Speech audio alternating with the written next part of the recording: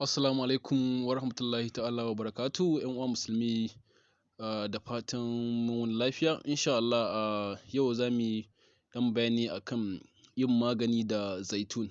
Manzon Allah sallallahu alaihi wasallam ya ce ku yi amfani da man zaitun domin yana magance sihiri da shaiɗanu da kambun baka. Ku shafa man zaitun a jikinku yana kore talauci. Ku ci man zaitun a cikin abincinku yana maganin cututtuka guda 70 domin shi ya fito ne daga itaciya mai albarka, wato wata itaciya daga cikin gidan aljanna. Yin amfani da zaitun rigakafi ne na cututtuka kuma yana magance cututtuka da mutum bai san yana da su a jikinsa ba. Idan mutum ya yi amfani da zaitun da nufin raya sunnar Manzon Allah sallallahu alaihi wasallam ya samu riba guda biyu, magani da kuma lada. Insha Allah za mu kawo cikakkun bayanai game da